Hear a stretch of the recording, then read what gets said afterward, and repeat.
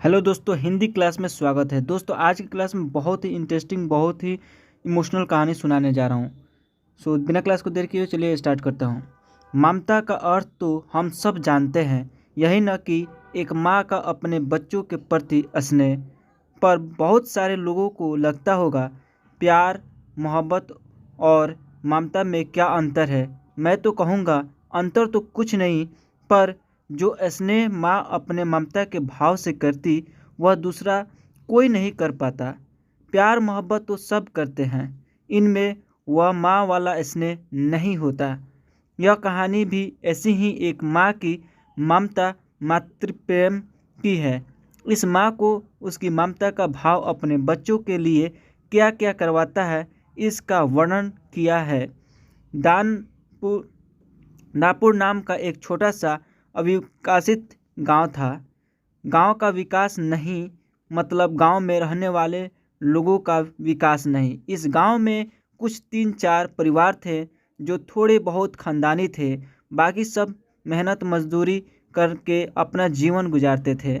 इसी गांव में दीना नाम की एक विधवा औरत रहती थी। रहने के लिए छोटा सा घर था। 2 बच्चे थे, शायद एक 5 साल का और दूसरा 3 साल का होगा। दीना का परिवार बहुत मेहनती था। वो दीना को किसी चीज़ की कमी महसूस नहीं होने देता था। यह कैसी भी हालातों में साथ नहीं छोड़ता था। कैसी भी परिस्थिति हो, दोनों साथ मिलकर सामना करते थे। पर कौन जाने किस पर कौन सा अनर्थ कब आ जाए।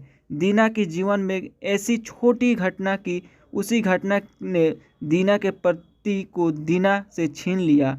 दीना को पति के गुजरने के बाद ऐसा लगने लगा कि मैं जिंदा तो हूँ पर मुझ में जान नहीं है। परिवार चलाने के लिए अब दूसरा कोई नहीं था सिवाय दीना के। इसलिए कैसे भी करके दीना ने अपने बच्चों के लिए खातिर खुद को उस दुख से अलग किया। कुछ दिन बाद घर में जो था वो समाप्त हो गया। अब खुद क्या खाए और अपने छोटे बच्चों को क्या खिलाए, ये समस्या उसके सामने खड़ी हो गई। बच्चों के लिए दीना को अभी कुछ काम करना ही था, इसलिए दीना अपने दोनों बच्चों को साथ में लेकर जहाँ काम मिलता वहीं जाया करती थी और दिन भर मेहनत करके जो भी मजदूरी मिलती उससे अपना और अपने बच्चों के पेट भरती थी। ऐसे ही समय बीतता गया और चलता रहा। लेकिन एक दिन दीना को शरीर में थोड़ी कमजोरी महसूस होने लगी। फिर भी वह काम पर गई। ऐसे ही 2-3 दिन दीना काम पर जाती रही, लेकिन उसकी शरीर की कमजोरी कुछ ठीक नहीं हो रही थी, बल्कि और बढ़ती जा रही थी। ऐसे में काम पर जाना दीना के लिए कठिन हो गया। दीना बहुत चिंतित रहने लगी। उसकी चिंता ने दीना को और कमज़ोर कर दिया, इतनी कमज़ोर कि उठने बैठने के लिए लकड़ी का सहारा लेना पड़ा था। इस कारण उसके बच्चे भूखे मर रहे थे। खाने को कुछ न मिलने के कारण और अपने बच्चों को भूखे मरते देखकर वह लकड़ी की सहायता से आज यहाँ से कुछ मांगा तो अगले दिन दूसरी ओर से कुछ मांगा के अपने बच्चे को खिलाती, पर खुद भूखी सो जाती थी। ऐसे ही एक दिन वह खुद जा न सकती थी, इसलिए अपने बच्चों को समाज के खाने के लिए कुछ मांगने के लिए गांव में भेज देती है।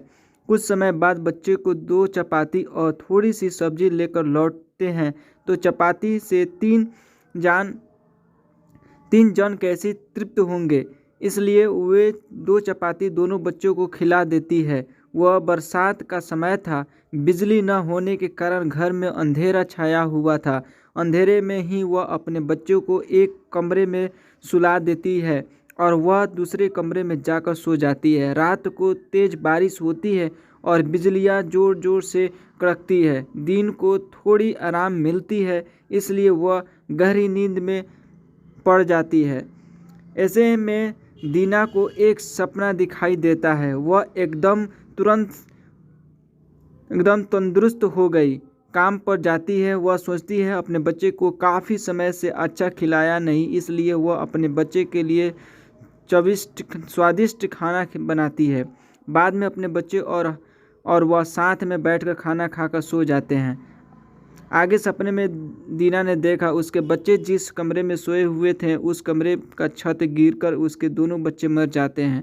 सपने में से दीना एकदम उठकर खड़ी हो जाती है, जान में जान आ जाती है और अंधेरे में ही अपने बच्चे के कमरे की ओर चल पड़ती है। कमरे में जाकर अपने बच्चों को देखकर दीना चैन की सांस लेती है। उसके समय दीना को शरीर में ज़्यादा कमजोरी महसूस होती है जिससे वह नीचे गिर जाती है और फिर वहाँ से उठ नहीं पाती है। चैन की सांस दीना की सांस ले लेती है। दोस्तों, यही होता है माँ की ममता, जो मरते दम तक अपने बच्चों की खातिर जीने का जुनून रखती है। दोस्तों, यह छोटी सी कहानी आपको कैसी लगी कमेंट करके बताइए, और किस टाइप का और कहानी सुनना है वो भी बताइए। और मिलते हैं अगले क्लास में, तब तक के लिए चैनल को सब्सक्राइब करें, बेल आइकन दबाएं ताकि रोज़ का क्लास आपको मिलता रहे। जय हिंद, जय भारत। मिलते हैं अगले क्लास में।